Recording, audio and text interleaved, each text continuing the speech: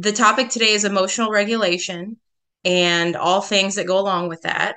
And that can be a heavy topic for a lot of parents, right? Because a lot of times we have kiddos that are super dysregulated a lot of the time.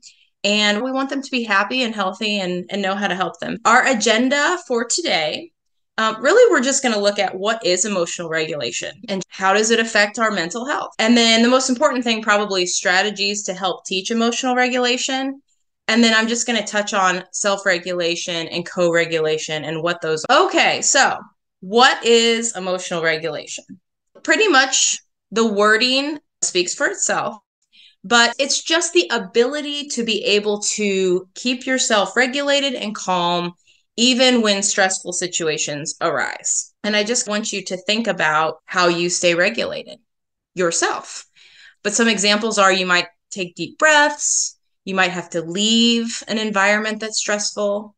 Some people use self-talk. They might have to talk themselves through a stressful situation. Proper rest, that's huge for me and a lot of us.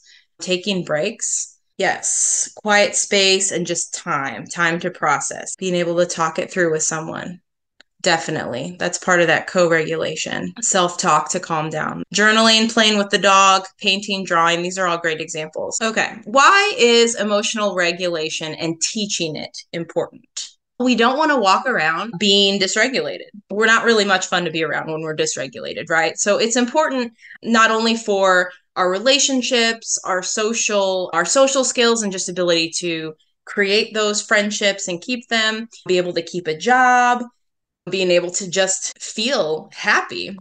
Looking at mental health, right? Whenever we are under stress, especially immediate big stress, we go into that fight, flight, or freeze in our brain. These responses are automatic. They are used to protect us. So if we see something large in the air hurling towards us, we got to get out of here. That is a response that keeps us safe. And that puts us in the amygdala part of our brain, right? Which isn't the best place to be in when you want to be wrapped. So by having planned emotional regulation strategies that can help us prevent us from going into these responses, and we can stay in our prefrontal cortex, which is the one that makes all the best decisions. So that's where we want to be. And so let's learn how we can do that. Okay. And you know what? Your mental health matters. Your children's mental health matters, whether you're here for an adult in your life, a child in your life, even yourself, right? All of that mental health matters. And so when we are dysregulated, it's a stress. It's a stressor in our life, and our brain releases that cortisol. And we have to learn how to cope with that and overcome that. And we want to be happy people. And in order to be happy in life, we have to be able to communicate and just have an awareness of our feelings. And with little ones, especially ones on the spectrum, that can be something those skills are not always there right away.